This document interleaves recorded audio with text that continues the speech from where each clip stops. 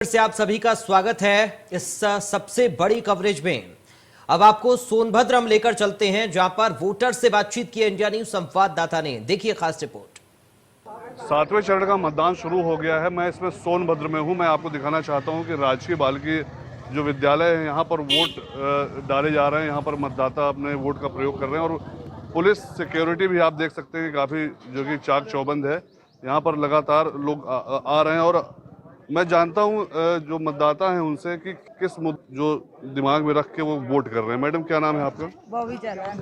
Ma'am, क्या बताइए, सबसे बड़ा मुद्दा क्या है कि किसको लेकर आपने वोट किया है? बीजेपी को लेके। बीजेपी को वोट कहाँ दिखाइए आप? ऐसे ऐसे दिखाइए। बीजेपी को वोट किया है। हाँ?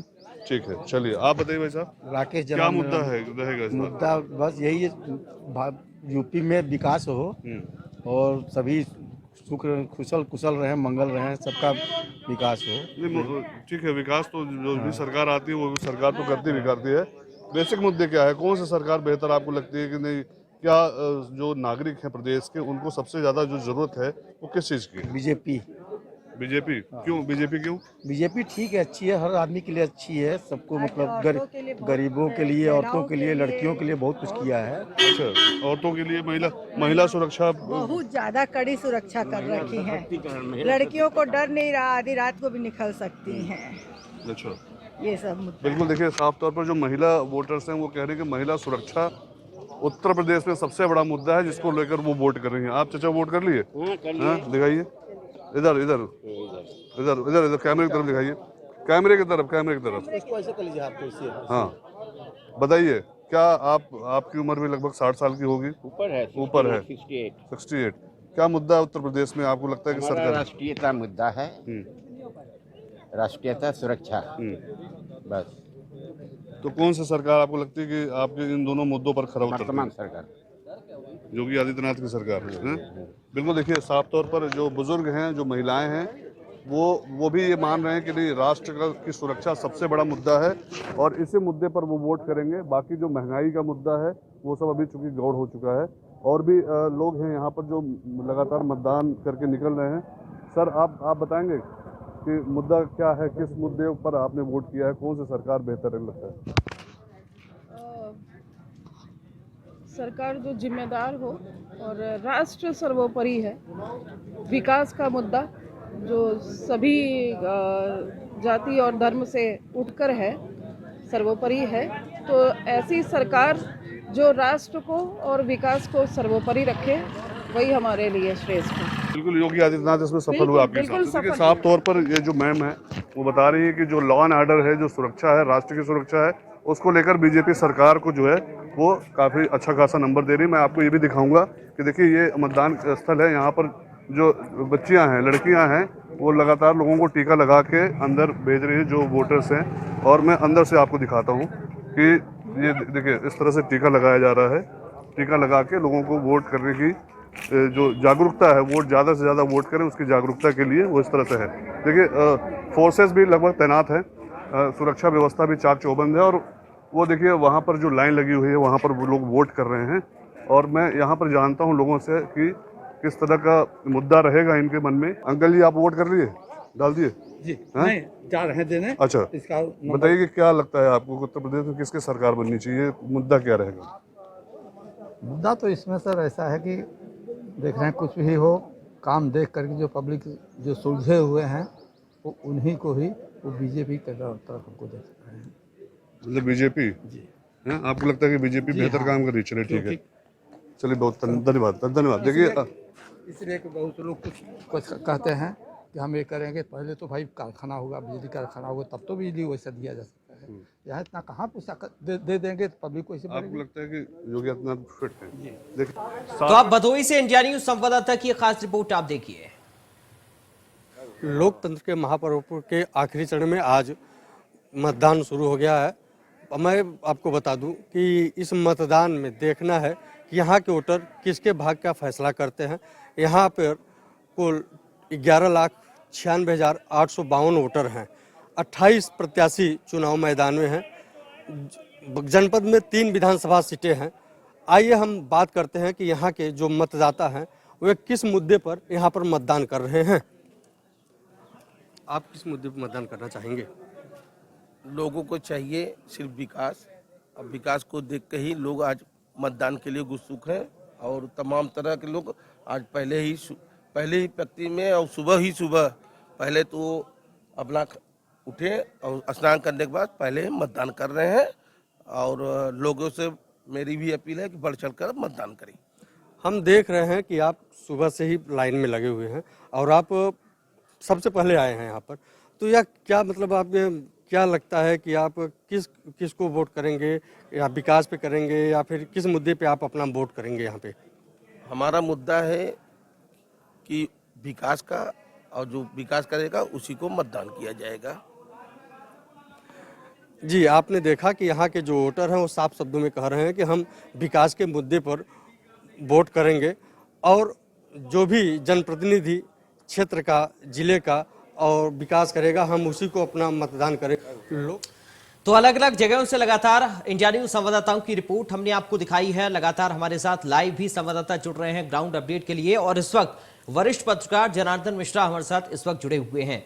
जनार्दन जी, वोट के ट्रांसफर की बात हम पिछले अपने वक्तव्य में आपने कही, 16 सीटें निषाद पार्टी ने 16 कैंडिडेट निषाद पार्टी ने बीजेपी के साथ मिलकर उतारे हैं, जिनमें से 4 इसी चरण में हैं, क्योंकि कुछ ऐसे जिले हैं, मिर्जापुर की बात करें, वाराणसी की बात करें, जौनपुर की बात करें, गाजीपुर की बात करें, चंदौली की बात करें, यहां पर काफी ज्यादा प्रभाव है निषाद वोटर्स का। तो ये कितना कामयाब संजय निषाद हो पाएंगे इन वोट को ट्रांसफर करने में, इसको मैं आपसे समझूंगा, लेकिन उससे पहले ब्रेकिंग सेंटर चलते हैं। मेरे सहयोगी सुरभि इस वक्त वहां पर है, उनके पास बड़ी जानकारी है। Surabhi, over to you. Parag, इस वक्त जो बड़ी खबर सामने आ रही है, इस वक्त की बड़ी खबर मिर्जापुर से है, जहां पर ग्रामीणों ने मतदान करने का बहिष्कार कर दिया है। दरअसल ये बताया जा रहा है कि ग्रामीणों की लंबे समय से जो मांग थी, उस मांग को नजरअंदाज करने की वजह से बहिष्कार करने का कदम ग्रामीणों ने उठाया है। आपकी जानकारी के लिए बता दूं कि सड़क पानी की समस्या दूर न होने पर बहिष्कार करने की बात ग्रामीणों ने कही है। कई दिनों से मूलभूत सुविधाओं की ग्रामीणों की मांग थी, मांग पूरी न होने पर मतदान का बहिष्कार किया गया है ग्रामीणों की तरफ से। ठीक है सुरभि, आकाश तुम्हें हमारे साथ जुड़ गए इस खबर पर। आकाश, क्या अपडेट आपके पास? आपको बता दें कि ये मझवा विधानसभा का दाती बंधवा जो पोलिंग बूथ है, गांव का नाम है, जहां पे वहाँ पोलिंग बूथ प्राथमिक विद्यालय बनाया गया है, जहां ग्रामीणों का कहना है कि जब तक सड़क नहीं बनेगी तब तक हम मतदान नहीं करेंगे, और सड़क की मांग को लेकर उन्होंने मतदान का बहिष्कार कर दिया। हालांकि वो उस जगह पे एसडीएम क्षेत्र के जो सेक्टर मजिस्ट्रेट है और उनके साथ सीओ भी पहुंचे, लोग समझा रहे हैं, मगर लोग मानने के लिए तैयार नहीं है। छिटपुट वहां पे वोट डलवाने का प्रयास किया जा रहा है, तो कुछ वोटर जो अपने वोट को मतदान अपना किए वोटरों ने, मगर फिर भी वहां पे अभी इस बात को लेकर नाराजगी है कि हम लोग का विकास नहीं हो, हम लोग की सड़क नहीं बनी, इसलिए हम लोग वोट नहीं करेंगे। तो क्या कोई अधिकारी पहुंचे हैं और लोगों को वोट के लिए बनाने के लिए कोई आश्वासन दिया है अधिकारियों ने? अधिकारियों का कहना है कि आपके क्षेत्र का जो भी है, अभी आप अपने महापर्व जो लोकतंत्र महापर्व है, अपना वोट आप कास्ट करिए, उसके बाद इन समस्याओं को जो है, जब ये चीजें खत्म हो जा रही है उसके बाद आपकी समस्या को देखा जाएगा, प्रशासन देखेगा, जो भी सरकार होगी वो देखेगी। ठीक है आकाश, बहुत शुक्रिया आपका जानकारी और बातचीत के लिए। एक बार फिर से हम चलेंगे जनार्दन मिश्रा जी के पास। जनार्दन मिश्रा जी, कितना कामयाब संजय निषाद हो पाएंगे? क्या बीजेपी राजभर की कमी निषाद वोटर्स के जरिए पूरी कर पाएगी? देखिए अरुण जी, जैसा मैंने कहा कि ये जो एक पार्टियां, जो छोटे छोटे पार्टी दल हैं, इनका प्रभाव एक निश्चित एरिया में ही है। और जो अरुण जी की बात का मैं समर्थन करता हूं कि किसके साथ इनका कॉम्बिनेशन आया है, ये भी एक महत्वपूर्ण मुद्दा रहता है। तो जनता वोट जो है वो ट्रांसफर करने की जो स्थिति है वो बहुत मुश्किल है, और ये क्षमता सिर्फ बीएसपी में ही थी जो अपनी वोटों को बदल सकते थे। तो ये वहां पर जो उनका एक क्षेत्र है, वहां पर जरूर इसका असर दिखाई देगा, और निषाद पार्टी का और निषादों का वहां पर एक जो प्रभुत्व है वो भाजपा को समर्थन में, भाजपा के लिए फायदेमंद हो सकता है। लेकिन ये और भी क्षेत्रों में, जैसे राजभर अपना क्लेम कर रहे हैं कि बाकी क्षेत्रों में भी ये अपना प्रभाव दिखाएंगे, तो ये एक बड़ा प्रश्न बनता है। ठीक है, और एक चीज और मैं सर आपसे समझना चाह रहा हूं, महिलाओं का मुद्दा। प्रियंका गांधी ने भी बहुत मेहनत महिलाओं को लेकर की है, महिला कैंडिडेट को उतारा, महिलाओं की आवाज प्रियंका गांधी बनी है, और जीतोड़ मेहनत कांग्रेस पार्टी की तरफ से प्रियंका गांधी ने की, और कोशिश कर रही हैं कि कांग्रेस पार्टी को चुनाव में कुछ सीटें वो दिला पाएं। कितनी कामयाब हो पाएंगी प्रियंका गांधी? राज जी देखिए, सुरक्षा का मुद्दा, कानून व्यवस्था का मुद्दा सबसे अहम रहता है चुनावों के समय में, और महिलाओं के लिए ये बड़ी एक बड़ा मुद्दा है। पश्चिम के क्षेत्र में जहां पर ये कहा गया कि भाजपा के विरोध काफी मुखर है, काफी बड़ा हो रहा है, वहां पर ग्राउंड रिपोर्ट यही कहती है कि महिलाओं ने कानून व्यवस्था के मुद्दे पे भाजपा को सराहना करी और भाजपा की तरफ वो लोग आकर्षित थे। उनका कहना था कि शाम को जो एक पहले स्थिति ये थी कि शाम को निकलना दूभर होता था, तो अब काफी परिस्थितियां बदल गई हैं, कानून व्यवस्था में मजबूती आई है। महिलाओं को लेकर कांग्रेस ने एक बड़ा दांव भी खेला, क्योंकि कांग्रेस के लिए सबसे बड़ी इस समय स्थिति है कि प्रदेश में अपने एग्जिस्टेंस को बचाए रखना, और कांग्रेस अब मजबूती से जितना ये चुनाव लड़ रही है वो अगले चुनाव के लिए पृष्ठभूमि तैयार कर रही है। तो उन्होंने समाज के जो आधे अंग हैं महिलाओं के लिए एक बड़ी योजनाएं रखी। अगर वो चीजें उतना सफलता नहीं भी मिलती है, इन चीजों को लेकर वो आगे भी अपने प्रचार को बढ़ा सकते हैं। महिलाओं के लिए और महिलाओं की सक्रियता इस चुनाव में कानून व्यवस्था को लेकर ये काफी महत्वपूर्ण मुद्दे उठ के आ रहे हैं सामने। जी ठीक है। अरुण मिश्रा लगातार बने हुए हैं। अरुण जी, आपको आवाज मिल रही है मेरी? जी जी जी जी अरुण जी, अभी हम ओपी राजभर को सुन रहे थे। उन्होंने जातिगत जनगणना का जिक्र किया, कहा कि सरकार आएगी तो 6 महीने के अंदर हम इसको करवाएंगे। कई सारे और मुद्दे उठाए, किसानों का जिक्र वो करते हुए नजर आए। अपनी जातियों को लेकर जो मांग वो कर रहे थे बीजेपी से, अब वो ये कह रहे हैं कि हम सरकार में आएंगे सभा के साथ मिलकर और इन सभी मांगों को पूरा करेंगे। निषाद पार्टी जब बीजेपी के साथ गई तो संजय निषाद पर चुटकी ओपी राजभर ले रहे थे। इस पर मैं चाहूंगा आपका कमेंट। देखिए, एक चीज है, जनगणना ये उत्तर प्रदेश सरकार या किसी राज्य सरकार का मुद्दा नहीं होता है। ये राष्ट्रीय स्तर पर ये होता है। ये केंद्र सरकार को तय करना है कि पूरे देश का मामला है। 91 के बाद से अब तक कोई भी जनगणना नहीं हुई है, किसी जातिगत आधार पर नहीं हुई, आर्थिक सर्वे भी नहीं हो पाया अभी तक देखा जाए तो। ये एक क्योंकि इकोनॉमिकल सर्वे जिले स्तर पर जो उनका जिला अल्पसंख्यक डिपार्टमेंट होता है वो कराते हैं कि कितने जमीनों का कितना उसका आपका शहरीकरण हुआ है, या कितने ऐसी दुकानें खुल गई हैं, या कितने लोगों को रोजगार मिले हैं। ये जिला स्तर पे, हर सरकारी स्तर पे जिला अल्पसंख्यक डिपार्टमेंट होता है वो कराता है। लेकिन राष्ट्रीय स्तर पर जनगणना जो भी कराना होगा वो राज्य सरकार का मुद्दा नहीं है, वो केंद्र सरकार का मुद्दा है। पहली चीज तो ये समझना होगा। दूसरी चीज रहा ये कि निषाद पार्टी के ऊपर, या देखिए ये नेताओं का अपना है कि किसी के ऊपर आरोप लगा देना, किसी के ऊपर करना, ये उनका अपना मुद्दा हो सकता है। कांग्रेस ने, एक बात मैं जरूर कहना चाहूंगा कि कांग्रेस ने इन जितना भी प्रियंका गांधी ने 2 साल के अंदर, नो डाउट कि 2 साल के अंदर उन्होंने बहुत मेहनत किया और काफी अच्छे स्तर पर उन्होंने अपने संगठन को मजबूती दी। आपको याद होगा 2012 तक उत्तर प्रदेश में भारतीय जनता पार्टी, मैं आ रहा हूं, काशी और आजमगढ़ बहुत ज्यादा नजरें सबकी टिकी हैं दोनों पर। क्या आकलन आपका कह रहा है? देखिए पराग जी, काशी में तो आस्था और भावनाओं का एक ज्यादा प्रभाव रहता है, और जहां तक बात है आजमगढ़ की, सपा ने अपनी पूरा जोर लगाया हुआ है। सपा दावा भी कर रही है कि वहां से वो सभी सीटों पर सफलता हासिल करेगी। लेकिन आजमगढ़ को कहीं ना कहीं एक आपराधिक छवि वाले चीजों से भी जोड़ा जाता रहा है। कभी काफी घटनाएं हुई, काफी चीजों को लेकर उनको टारगेट किया गया। तो वहां पर जो बाहुबली का एक वो बनाया गया, उसको लेकर भी जनता थोड़ा सा वो है, लॉ एंड ऑर्डर का जो मुद्दा है वहां पर एक अहम बन जाता है।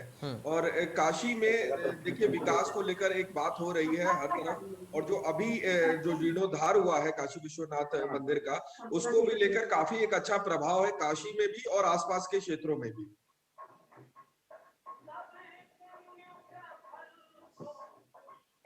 मैं सर थोड़ा समझना चाहूंगा, कांग्रेस पार्टी के लिए कितनी संभावनाएं इस चरण में आप देख रहे हैं? पिछली बार शून्य पर कांग्रेस पार्टी थी, क्या कुछ प्रियंका गांधी की मेहनत रंग ला पाएगी? तो ये निश्चित रूप से प्रियंका गांधी ने एक अच्छा प्रयास किया है। उन्होंने काफी चीजों को, जिसको कहना चाहिए, एक संकलित करने का कार्य किया है। उन्होंने जो जमीनी स्तर पर जो उनकी पार्टी का आधार खो चुका था, उसको वापस पाने की कोशिश की है। बूथ लेवल तक उन्होंने वापस किया है। लेकिन जो सबसे बड़ी दिक्कत कांग्रेस पार्टी के सामने आती है वो नेतृत्व की आ जाती है। देखिए प्रियंका गांधी वाड्रा भी चुनाव के नजदीक आते ही काफी उनके दौरे लगे, उन्होंने काफी जनसंपर्क किया। लेकिन जैसे जैसे उससे पहले की भी बात कर लें और जो इंस्टीट्यूशन में भी काफी चीजें रही, तो ये प्रभाव रहता है जनता पर। जो वहाँ उनको लोग कहते हैं यही है कि वो, जैसे विपक्षी भी आरोप लगाते हैं कि वो राजनीतिक पर्यटन के लिए उत्तर प्रदेश आती है। तो इतने समय तक ही अभी भी एक आधार और एक स्थायी निवास जो है गांधी परिवार का उत्तर प्रदेश में नहीं है, जबकि वो सबसे ज्यादा क्लेम करते हैं कि हमें यहाँ पर हमारा एक पुराना एक रिश्ता रहा है। तो ये सारी चीजें जरूर एक मायने रखती हैं। अमेठी की सीट को ले लीजिए, राहुल गांधी जब वो सीट हारे तो उसके बाद से फिर नहीं वापस आए वहां पर, जबकि हार जीत तो एक राजनीतिक जो उनका वो है, वो करियर है, उसका एक हिस्सा होता है। तो फिर आपको चुनाव के पहले आपको लगता है कि जनता पूरी तरीके से हमको सपोर्ट करेगी, ये बड़ा एक सवाल होता है। ठीक है सर। अरुण जी आपसे एक चीज मैं समझना चाह रहा हूँ, आपको आवाज मिल रही है सर हमारी? जी अरुण जी, सत्ता पक्ष दावा कर रहा है कि हमने विकास किया, हमने गांवों तक सुविधाएं पहुंचाई, शौचालय बनवा दिए, आवास बनवा दिए, उज्ज्वला योजना का लाभ दिया, महिलाओं के लिए, कन्याओं के लिए हमने लाभ दिया और हमने गुंडा राज को खत्म किया।